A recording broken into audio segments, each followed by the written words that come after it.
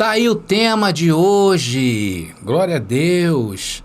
Não celebramos a Páscoa, celebramos a vida eterna.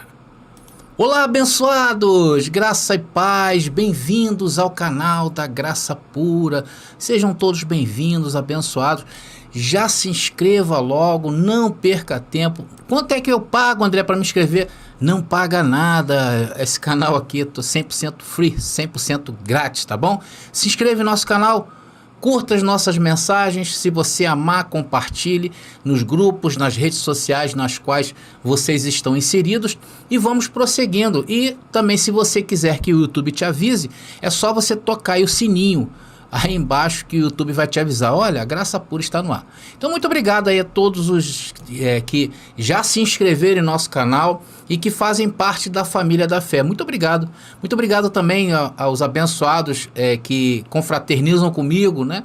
Que estamos envolvidos lá no WhatsApp. Muito obrigado a todos vocês.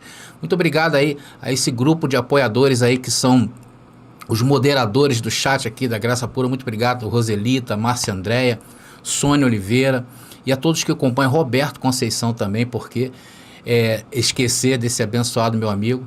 Bom, abençoados, eu quero falar rapidamente sobre o livro A Doutrina do Inferno. Todas as terças-feiras eu estou colocando nos correios para os abençoados. Bom, quem se interessar aí e tiver interessado nesse livro de estudo, de consulta, esse livro é um livro de consulta, uma consulta que você fará sempre quando estiver falando sobre o inferno, né? Sobre as doutrinas enganosas do inferno. Para os abençoados aí que quiserem, me adicione no chat que eu vou mostrar para vocês como vocês vão adquirir essa preciosidade e importante para os dias de hoje. Bom, abençoado, nós vamos falar agora do tema dessa mensagem. Estamos hoje em que o mundo está comemorando a Páscoa. E aí, André, podemos ou não comemorar a Páscoa? Nós não comemoramos a Páscoa, nós comemoramos a vida eterna. E a nossa comemoração não tem fim. É claro que também não vamos sair por aí, né, abençoados, comemorando de segunda a segunda, porque aí a gente não vai estar cuidando da nossa salvação diária. Então, nós aproveitamos esses ensejos que o calendário, né, o calendário cristão nos dá, e também vamos e participamos e mostramos ali em oportunidades que somos luz para brilhar nesses tempos. Então, de certa forma, a gente não comemora a Páscoa e não temos a visão da Páscoa como o mundo tem. Nós temos uma visão diferente e essa visão que nós vamos falar agora, tá bom, abençoados? Nós vamos falar aqui nessa mensagem, vamos trazer a história da Páscoa judaica, vamos trazer a história da Páscoa cristã, tá bom? E depois vamos mostrar o nosso posicionamento, que é o mais importante. Então, quero te convidar a ficar até o final. Bom, está aí? Está na hora da palavra revelada.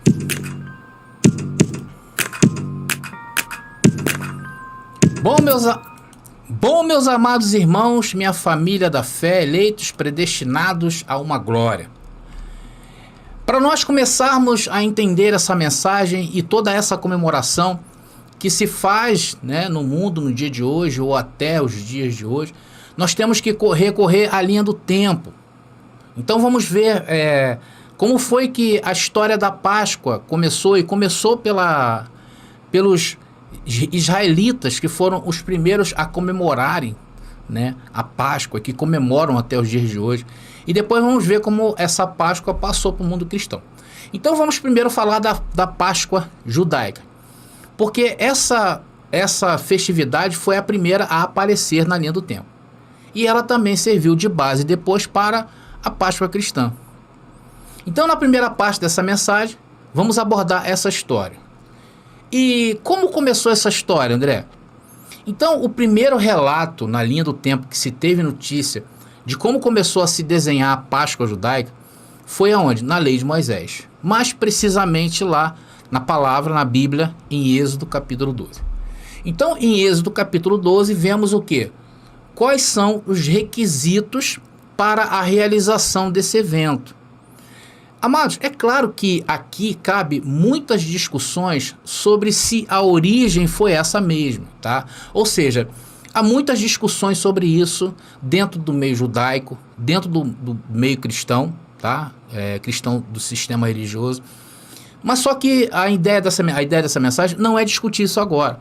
Nós vamos dar uma passada básica nessa comemoração. Lá em Êxodo 12, né, fala explicitamente da libertação do povo hebreu do Egito. Era o momento em que Israel estava subjugado ao Egito. Então nós vemos vou mostrar para vocês, calma aí, em Êxodo capítulo 12, nós vamos abordar dois símbolos muito importantes dentro da comemoração da Páscoa judaica. O cordeiro, que iria ser imolado, e temos prescrições também para falar para vocês sobre os ázimos, né? Ou asmos, né? Os pães ázimos, tá bom? Ou seja, o que os hebreus não poderiam se alimentar de alimentos de fermentos por uma semana. Vamos ver também por que aconteceu isso. Amados, só lembrando mais uma vez que na linha do tempo, o povo hebreu estava cativo do Egito. Eu estou contextualizando vocês. E Deus tinha feito uma promessa ao povo que iria libertá-lo. E aqui nós estamos diante, vamos agora, vamos, como diz assim, vamos ancorar diante das pragas do Egito, das 10 pragas do Egito. E a última praga foi a do anjo da morte. E ele iria ceifar a vida de todos os primogênitos. Para isso, Deus instituiu regras para que esse anjo não entrasse na casa dos israelitas. E a seguir nós vamos ver essas instruções em relação, primeiro, a do cordeiro. Vamos ver. Então vamos aí em Êxodo capítulo 12, versículo 5, versículo 7, 8 e versículo 13 e 14, e vamos ler como começou a ser instituída a questão do cordeiro na Páscoa judaica. Está ali. O animal será sem defeito, macho de 1 ano. Podereis tomar tanto um cordeiro como um cabrito. Tomarão do seu sangue e o porão sobre as 2 ombreiras e sobre a moldura da porta das casas, em que o comerem. Naquela noite comerão a carne assada no fogo com pães sem fermento, vamos falar daqui a pouco, e ervas amargas. Então isso fazia parte das instruções. Continuando, o sangue sobre as casas em que habitais vos servirá de sinal de proteção. Vendo o sangue, passarei adiante, e não sereis atingidos pelo flagelo destruidor, quando eu ferir o Egito. Conservareis a memória daquele dia, celebrando-a como uma festa em honra do Senhor. Fareis isso de geração em geração, pois é uma instituição perpétua. Só lembrando, abençoados, que essa conotação no final aí, perpétua, é altamente discutível, tá? Porque a própria lei, ela foi constituída para ser perpétua. Porém, esse perpétua entra na discussão que é um tempo determinado, tá? Isso foi um tempo determinado. Depois vocês vão entender isso aí um pouquinho mais na frente. Mas aqui está os requisitos para que esse cordeiro pudesse ser usado na Páscoa judaica. Ele teria que ser macho de 1 ano, não poderia ter nenhum tipo de defeito. Poderia também ser um cabrito, tá bom? Matava-se o cordeiro e o sangue desse cordeiro se passava onde? Nas portas da casa. Então, à noite, quando caía a noite, se preparava um guisado, um cozido, né, com o cordeiro morto, com os pães sem fermentos e ervas amargas. Olha, o sangue nas portas da casa era um sinal de proteção. Deixa eu voltar aqui. Era um sinal de proteção. Ou seja, o anjo da morte, ao avistar o sangue que havia nas portas dos hebreus, esse anjo ele não entrava nas casas, ele passava adiante. Alguns usaram a expressão pular. Esse anjo pulava aquela casa e entrava onde não tinha sangue. Ou seja, o anjo ele ia pulando de casa em casa. Aquela que tivesse manchada de sangue ele não entrava. Agora, inclusive, vou falar uma coisa legal, importante para vocês guardarem. A palavra pular em hebraico é passoa, tá? Passoa. Então, a partir dessa palavra que temos no hebraico, aparece a palavra pessá, que é o mesmo que algo que estivesse pulando. e uma atitude de salvar os primogênitos israelitas. Essa é a origem da palavra Páscoa em hebraico, que quer dizer o quê? Pessah. Tá bom, abençoado? Guarda essa palavrinha aí, Pessah. Inclusive, mais tarde, né, quando se desenvolveu a cultura da Páscoa cristã, né, isso pro lado do meio do século, da Idade Média, se atribuiu ao coelho o símbolo da Páscoa, né? O coelho passou a ser o símbolo da Páscoa. Por quê? Por causa justamente do efeito de pular que havia lá em comemoração às festas da Páscoa judaica. Tá bom? Guarda isso aí. É claro que cabe discussões aqui. Muitos vão falar, não, porque isso é paganismo. Enfim, não quero entrar nesse meio, não quero entrar nesse mérito, tá bom? Agora vamos entrar no segundo elemento, tá? Vamos ver o segundo elemento da Páscoa judaica, que são os pães ázimos. Vamos ao texto, Êxodo capítulo 12, versículo 17 e versículo 19. Vou colocar para vocês aí. E vamos ler. Guardareis a festa dos ázimos, porque foi naquele dia que tirei do Egito vossos exércitos. Guardareis aquele dia de geração em geração. É uma instituição perpétua, mais uma vez, usando essa comemoração como se fosse algo eterno. E não é. Eterno foi até. Eu vou mostrar isso aí para vocês. Se eterno aí se cumpriu. Então, durante 7 dias, não haverá fermento em vossas casas. Se alguém comer pão fermentado, será cortado da Assembleia de Israel, quer se trate de estrangeiro ou natural do país. Então, aqui estão as prescrições em relação aos pães ázimos, que é a comida lá daquele povo, né? E era sem fermento. E eles ficavam... esse pão ele ficou guardado durante 7 dias. Agora, você saberia me dizer por que os pães ázimos entrou nessa tradição? Segundo a própria tradição judaica, entende que devido ao que eles iriam passar, o povo de Israel iria passar, não deu tempo de preparar a massa com fermento. Ou seja, eles tinham pressa. Eles tinham pressa em sair do Egito. Então não deu tempo para a massa com fermento, ela descansar. Porque o pão, ele precisa descansar. O pão com fermento, ele precisa descansar. Por quê? Para a massa crescer. Quem é padeiro aí sabe do que eu estou falando, né?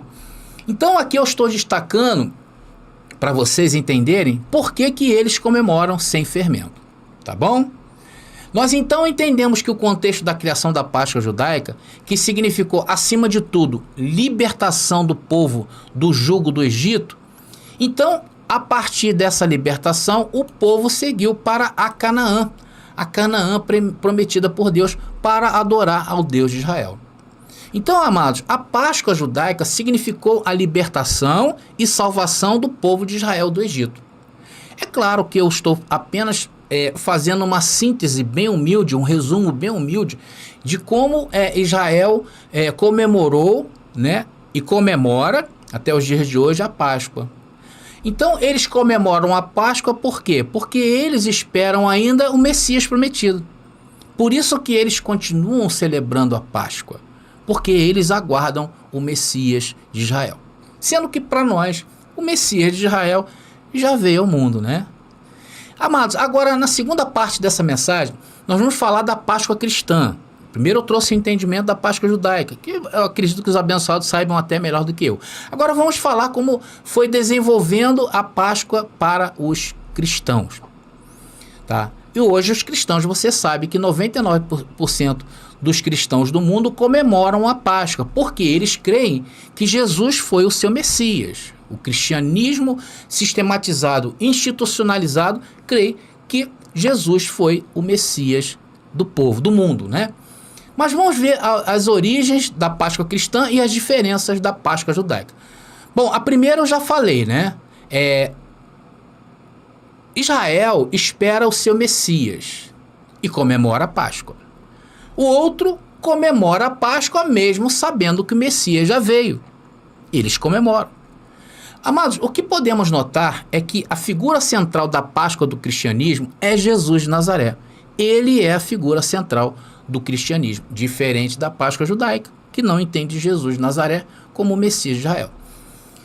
O fato é que Jesus, ele morreu perto da Páscoa, tá? Ali próximo dos dias da Páscoa, apesar de haver controvérsias por causa dos próprios livros que narraram a história de Jesus de Nazaré. Eu não vou abordar isso nessa mensagem. O fato é que ele morreu ali com proximidade ali da Páscoa judaica. Então, pelo fato de haver essa proximidade, os primeiros cristãos compreenderam que o mistério Cristo tinha a ver também com a Páscoa judaica. Então eles associaram ali, pelo fato de Jesus ter morrido próximo da Páscoa, eles associaram a sua morte e a sua ressurreição à Páscoa judaica. Então isso foram fatos marcantes, tá? Que ali se tratava do Messias prometido, sendo que esse Messias para o cristianismo, eles encaram como se fosse o Messias deles, e não é. O Messias, Jesus de Nazaré, foi prometido a Israel e era o Messias de Israel.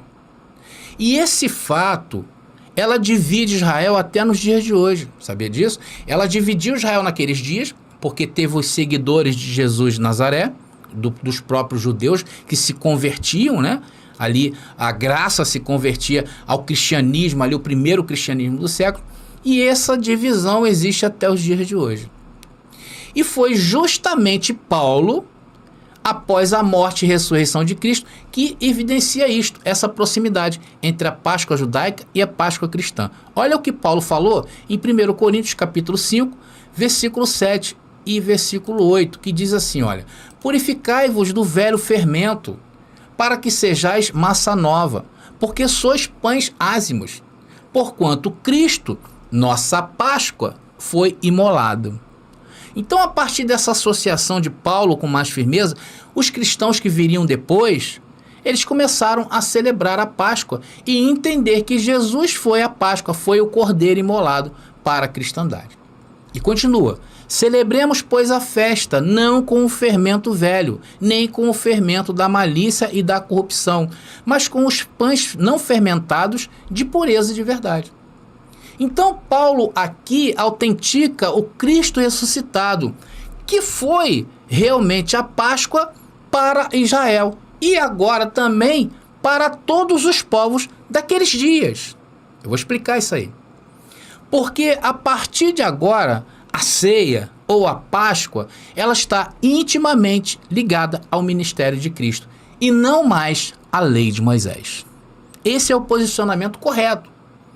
Esse é o corte que você precisa entender. Você precisa discernir e separar. Por quê? Porque Paulo falou para aqueles dias. E eu vou explicar isso aqui. Mas vamos prosseguindo, tá bom? Eu vou tocar ainda nesse assunto.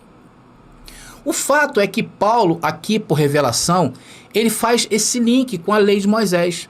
Saindo de cena, a lei de Moisés estava saindo de cena, na linha do tempo, e a entrada do pacto da graça, que ainda aguardavam o noivo para a celebração das bodas do Cordeiro.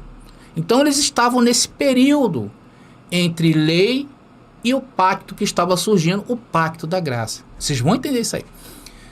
Amados, o fato esse por nós identificado, quando Cristo uniu o que? Céus e terra. Nós entendemos que esse momento, a partir do ano 70, quando se findou todas as coisas, quando se consumou, quando aconteceu o juízo final, quando aconteceu novos céus e nova terra, isso evidenciou para nós o quê? A nova entrada do reino de Deus no mundo. E isso Paulo descreve muito bem em Efésios, na carta que ele escreveu aos Efésios, no capítulo 1 e no capítulo 2. Não vou ler, depois você lê capítulo 1 e capítulo 2 de Efésios. Então, por muitos anos, essa foi a festa mais importante da cristandade. E depois foi gradativamente substituída pelo Natal.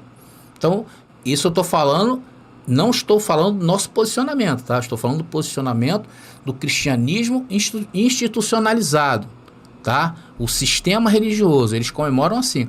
Então, depois, o Natal se tornou uma festa mais comemorada pelos cristãos. E hoje tudo isso virou o quê? Um grande comércio. Essa é a realidade.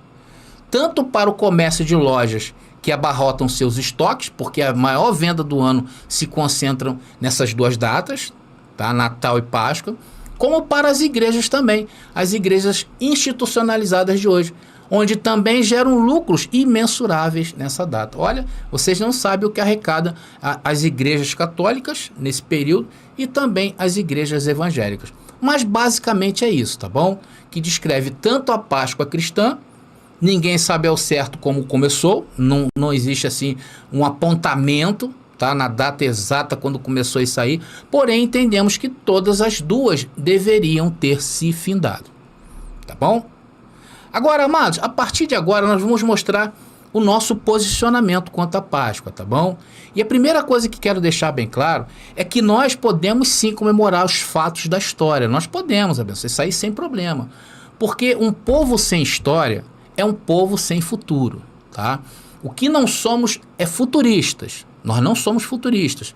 As histórias bíblicas teve começo, meio e fim, sendo que para a grande maioria das pessoas, elas não acreditam nessa hipótese. As pessoas, por quê? Porque o sistema dominador, ele colocou na mente das pessoas, através de suas doutrinas, que a Bíblia ainda está se cumprindo, que haverá ainda um futuro onde a Bíblia vai se cumprir.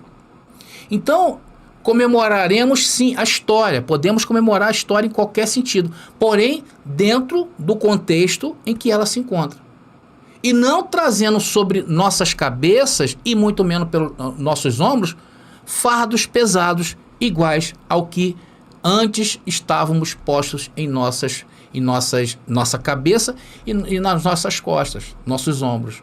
Nós saímos de um sistema pesado, um sistema de jugo pesado. Agora, eu quero mostrar para vocês que existe, dos grupos no mundo, das pessoas que vivem nesse mundo, existe 4 grupos que encaram a Bíblia de uma forma, e nós vamos ver quais são. O primeiro grupo é aquele grupo formado por pessoas que ignoram a Bíblia por completo, tá? Como muitos fazem hoje. Hoje, para muita gente, a Bíblia não passa de um livro como outros vários que existem no mundo. Para eles não tem diferença, tá? Existe um segundo grupo, uma segunda forma de se encarar a Bíblia, que é ignorando, como fazem o primeiro grupo. Porém, sempre usando o quê? A Bíblia para confrontar os que creem nela. Como é o caso dos ateus, já viram? Os ateus, eles são religiosos disfarçados que passam a sua vida inteira tentando mostrar ao mundo que Deus não existe. E eles usam o quê? A própria Bíblia.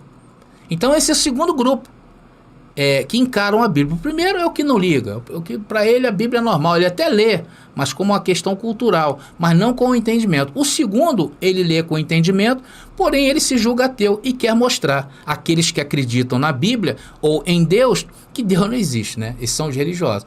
Existe um terceiro grupo, uma terceira forma de se ver, né? É crer, por exemplo, que ela ainda contém profecias para o futuro. Existe esse terceiro grupo. Então, aqui se encontram quase que 95% da humanidade. Então, essas pessoas são chamadas de futuristas. Por quê? Porque elas creem que a Bíblia ainda tem partes para se cumprir. Como, por exemplo, a segunda volta de Jesus, o Armagedon, né? o milênio, que um dia o diabo e a besta e o falso profeta serão jogados no lago de fogo do inferno. Essas pessoas acreditam que Jesus um dia virá julgar o mundo. Então, essas pessoas são chamadas futuristas. E hoje, 95% das pessoas que creem na Bíblia sob uma perspectiva futura. E a quarta, que somos nós, é aqueles que creem que ela se cumpriu por completo. Ou seja, procuram explicações dentro da lógica, tentando entender o contexto, perseguindo na história fatos que evidenciam o seu total cumprimento. Então, não é uma coisa assim louca, como as pessoas pensam. Por que essas pessoas aí pensam que a Bíblia toda está cumprida? Eles são malucos? Não. Nós estamos contextualizados e tentamos entender a história para buscar ali evidências para mostrar que a Bíblia toda já foi cumprida. Então, esse canal aqui é um canal que se encaixa no quarto grupo. Um grupo pequeno, mas seleto, que hoje está o quê? Em franco crescimento. Então, tudo que falamos, tudo que nós aqui desse canal falamos, nós procuramos o seu contexto. Não descontextualizamos um texto isolado como fazem a maioria dos que creem na Bíblia. Eles lêem um versículo, recortam aquele versículo e ficam imaginando o amanhã. É por isso que quando acontecem tragédias no mundo, vão todos os cavaleiros do Apocalipse, que são essas pessoas hoje que têm voz no sistema religioso, e vão ali falar de um futuro, de Jesus falou isso, porque lá em Mateus diz isso, porque Apocalipse diz aquilo. Então essas pessoas creem na Bíblia de forma futura. Então, amados, nós vimos nessa mensagem até agora as diferenças das Páscoas praticadas ambas por judeus e cristãos, e entendemos que todas as duas foram válidas para aqueles dias, ok? Jesus de Nazaré foi a figura central do judaísmo. O que, André? É isso aí, segundo a própria Bíblia. Jesus não foi a figura central do cristianismo, como muitos pensam, porque ele não veio para os povos do mundo daquela época, e muito menos dessa época.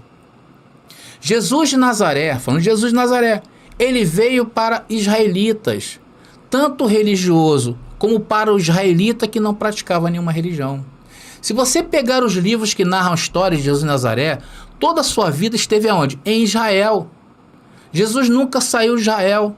Jesus viveu, comeu, nasceu, desenvolveu e morreu em Israel. Se Jesus viesse para o mundo, Jesus falaria aos africanos, que naquela época já existiam. Jesus falaria para os europeus, que naquela época já existia. Jesus falaria para o povo asiático, que já existia naquela época. Se Jesus viesse para o mundo, ele teria que necessariamente se dirigir a esses povos. E ele não se dirigiu. Muito pelo contrário. O que nós sabemos sobre Jesus foi relatado em Gálatas capítulo 4, versículo 4, que eu quero ler com vocês. Aqui está o contexto da vida de Jesus. E não podemos fugir desse contexto. Está ali, olha. Mas quando veio a plenitude dos tempos, qual foi a plenitude dos tempos? Do nascimento de Jesus a o ano 70 depois de Cristo. Então diz ali, mas quando veio a plenitude dos tempos, Deus enviou seu filho que nasceu de uma mulher e nasceu submetido a uma lei. Olha aí, abençoados. Ele veio submetido a um jugo. Ele veio e foi religioso de uma religião.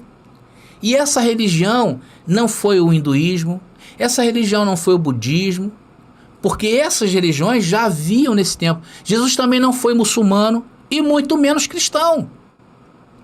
Se Jesus viesse a todos, ele não poderia estar submetido a uma religião determinada pela Torá.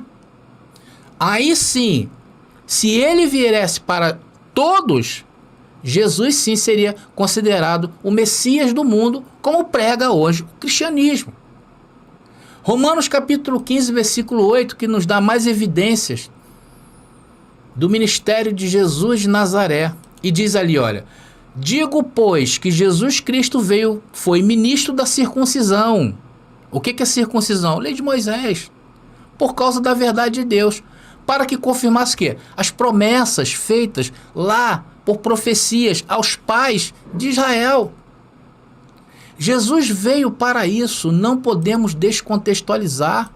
Se vamos descontextualizar isso aqui, vamos ter que começar a fazer igual o sistema, arrumar retalhos para que hoje viemos a afirmar que podemos comemorar a Páscoa. Então, como hoje também eu posso fazer a seguinte pergunta: como hoje se prega que se Jesus veio para todos os povos? Qual foi a missão de Jesus de Nazaré? Foi te salvar? Claro que não. Ele nem teria motivos para te salvar hoje. Não teria. Mas ele veio salvar um povo que estava sob o jugo de condenação e morte. Está entendendo, abençoado? Olha o que está dizendo esses textos que eu acabei de ler agora.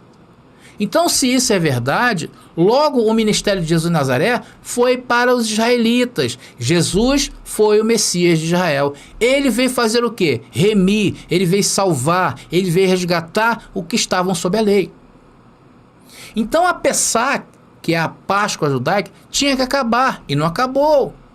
Ela continua sendo feita religiosamente, porque eles não têm o ministério de Jesus de Nazaré como o Messias prometido. Se nós pegarmos o contexto do ministério de Jesus de Nazaré, dentro dos livros Mateus, Marcos, João e Lucas, vamos ver Jesus falando ao povo de Israel, dentro de Israel. Jesus não curava outros povos. Jesus não tinha relacionamentos afetivos com outros povos. Ele tinha uma missão. E qual era a missão? Resgatar o povo de algo pior do que os egípcios. E sabe o que foi pior do que os egípcios? Pior do que os babilônicos? Pior do que os romanos? A Torá. Então, quando Jesus de Nazaré morre, ele morre para Israel. E quando ele ressuscita, André? Ele ressuscita então como o pacto da graça, que tinha a ideia de unir dois povos a um somente. Aí Cristo chama Paulo e diz: Paulo, anuncia que entraremos em um novo tempo, que agora não haverá Israel e resto do mundo, agora é tudo um só, é um povo só, o povo da liberdade gloriosa dos filhos de Deus. Mas antes disso, Cristo, ele tinha contas a acertar. Havia contas a acertar com quem? Com Israel. Era com o mundo? Não, com Israel. Então, nesse período da morte de Jesus, ressurreição, até o ano 70, que compreende aí 40 anos, houve essa comemoração da Páscoa. Porque Cristo foi o Cordeiro para aqueles dias, mas depois diz a palavra que ele consumou todas as coisas. Depois do juízo aplicado a Israel, se findou os rudimentos. Hoje não é pães ázimos, não é cordeiro, não é cabrito, não é pãozinho, suco de uva, como eles comemoram a Páscoa, que é a ceia, e muito menos coelhinho da Páscoa. Hoje estamos na imagem real das coisas, hoje estamos no reino de Deus. A vida que vivemos hoje é algo sublime, sendo que para enxergar isto, tem que ter os olhos iluminados. Se não tiver os olhos iluminados, não vai enxergar, vai continuar vendo o mundo mal da carne, uma carne mal educada pelas mentiras das religiões. Hoje, a falta de educação das pessoas é devido às religiões. Vejam quantas guerras religiosas nós tivemos aí. E todas as guerras têm cunho religioso. Religião que te acusa de tudo. Religião que mata, rouba, destrói. É isso que o sistema religioso fez. Estão em guerra. Fazem a terra ficar feia. Mas a terra para nós, os da fé, é linda. Porque cremos que vivemos os melhores dias. Se você não vê isso, é um problema seu. Vá lá e continue ouvindo os sermões dos seus padres, dos seus pastores corruptos. Está aí no Brasil. Antigamente, eles ficavam por trás. Hoje em dia estão dando a tapa aí para todo mundo ver. E você defende pastores e padres? Estão aí agarrados com o poder, corruptos. Hoje está revelado o mal que fazem essas pessoas. Eles sempre estiveram atrás do poder. Estão aí, são os futuristas, que jogam tudo por futuro. Acusam o diabo, que não existe, mas tem que se manter viva a figura do diabo para que eles sejam acusados de seus crimes. E eles se passam de bonzinhos. Não, é porque o diabo entrou e fez. É isso que eu vejo. Bom, amados, estamos terminando essa mensagem. Ela é uma mensagem que é uma síntese de tudo que eu já apresentei neste canal. Tudo o que nós estamos vendo aqui, eu apresentei nesse canal.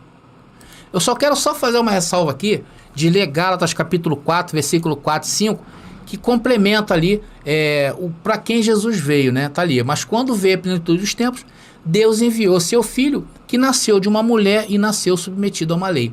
A fim de quê? De remir os que estavam sob a lei, para que recebêssemos a sua adoção. Então isso foi naqueles dias.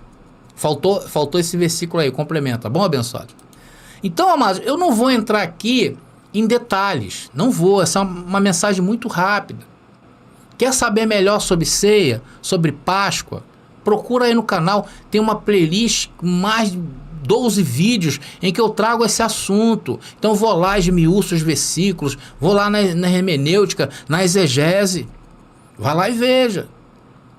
Quer saber mais sobre a volta de Cristo? Aí no canal tem uma playlist onde falei de várias maneiras sobre a volta de Cristo. Inclusive hoje eu ia trazer mais uma mensagem sobre a volta de Cristo, porém não deu, porque esse domingo era um domingo que eu deveria trazer, eu entendi que eu deveria trazer essa mensagem sobre a Páscoa. Mas domingo que vem eu vou voltar, vou trazer aí, estamos na segunda parte de uma mensagem, onde eu mostro as evidências da volta de Cristo até o ano 70, o que aconteceu. Tá entendendo, abençoado? Então, amados, estamos chegando aí ao fim dessa rápida mensagem. Eu até esperava que ela fosse um pouquinho mais curta, mas eu acho que até aqui está de bom tamanho. Se você não entendeu alguma parte, procure de novo, veja de novo essa mensagem, veja com calma, anotem, vejam o contexto em que foi falada essa mensagem. Claro que existe, conforme eu falei para vocês, existem muitos versículos aí que os abençoados às vezes, principalmente aqueles que não entendem muito bem as mensagens aqui desse canal, fica com aquela pulga atrás da orelha, né? Mas André, aquele versículo, André, aquele outro, calma que você vai entender. É só você buscar aí no canal que existe várias playlists sobre vários assuntos. Quer saber sobre pecado, tem lá. Quer saber sobre o diabo, tem lá. Vários vídeos. Enfim, tá aí toda a nossa informação e base de informação que não daria para falar agora nessa mensagem. Bom, amados, então vocês podem comemorar, mas não comemorar a Páscoa, como diz aqui, né? Nós não celebramos a Páscoa, nós celebramos a vida eterna, tá? Então, os abençoados aí que tiverem família, um abraço a todos os seus familiares, abracem, se beijem. Se for para comer chocolate, coma canjica, coma carne, coma peixe, como que você quiser, tá? Só não vai exagerar muito não, tá? Porque senão depois o teu corpo pede contas aí a você. Tá bom, amados? Graça e paz aí e até a próxima mensagem.